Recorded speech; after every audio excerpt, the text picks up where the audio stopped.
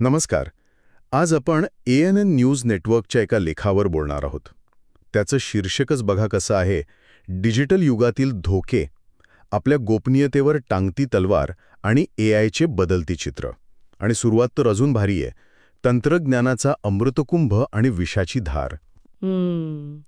चला बघूया यात काय काय आहे. हो, हे शीर्षक आणि ती पहिली ओळ खरंच खूप विचार करायला लावणारी आहे. अमृतकुंभ आणि विषाची धार, अगदी बरोबर वर्णन केलंय तंत्रज्ञानाचं. म्हणजे फायदे आहेतच, पण दुसरी बाजू धोक्याची आहे. बरोबर.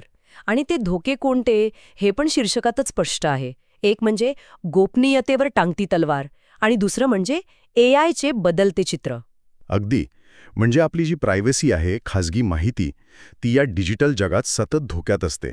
जणू काही टांगती तलवारच आहे आपल्या डोक्यावर. आणि त्याचवेळी आर्टिफिशियल इंटेलिजन्स म्हणजे AI ते इतक्या झपाट्याने बदलतंय की त्याचे परिणाम काय असतील याची एक प्रकारची चिंता पण आहे. हो ना.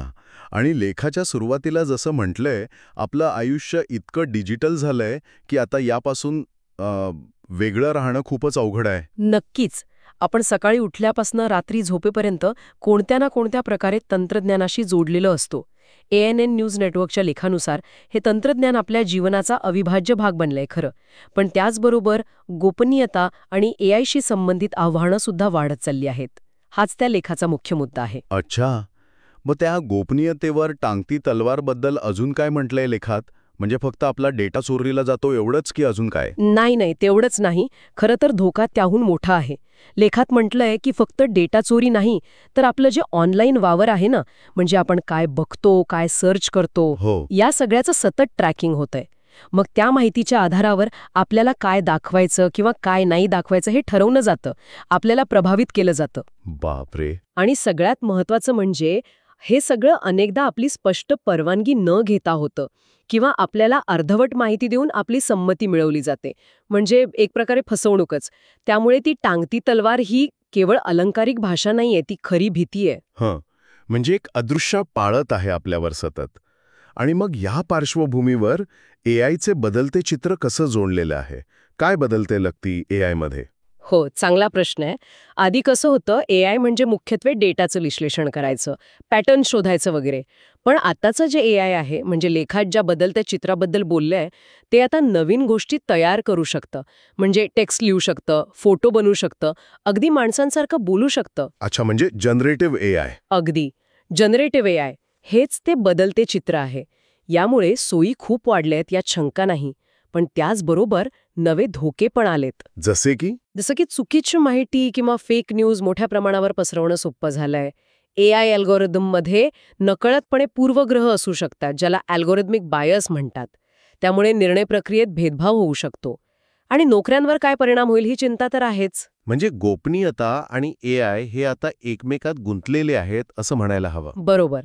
AI जेवढं जास्त प्रगत होत जाईल, तेवढा त्याला जास्त डेटा लागेल. आणि जेवढा जास्त डेटा वापरेल, तेवढे गोपनीयतेचे नवीन आणि जास्त गुंतागुंतीचे प्रश्न निर्माण होतील. खरंय. म्हणजे हे जे दुधारी शस्त्र आहे तंत्रज्ञानाचं, ते आता अजूनच धारदार होत चाललंय.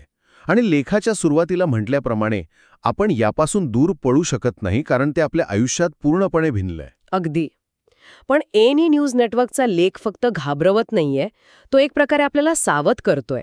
एक वास्तववादी चित्र दाखवतोय. तंत्रज्ञान तर वापरावंच लागणार आहे, पण ते कसं वापरायचं, सजग राहून कसं वापरायचं यावर विचार करायला हवा. लेखाचा सूर हा भीतीचा नाही, तर सावधगिरीचा आणि जबाबदारीचा आहे. तर मग या ANNच्या स्रोतामधून एक गोष्ट स्पष्ट होते की आपण या डिजिटल युगात वावरताना डोळे आणि कान उघडे ठेवून वावरायला हवं. फायदे नक्कीच घ्यायचे, पण धोके काय आहेत हे पण समजून घ्यायला हवा. विशेषतः आपली खाजगी माहिती आणि AIच्या बाबतीत. हो, नक्कीच. आणि मग पुन्हा तोच मूळ प्रश्न येतो समोर. ही जी अमृतकुंभ आणि विषाची धार आहे, यातला समतोल आपण कसा साधणार?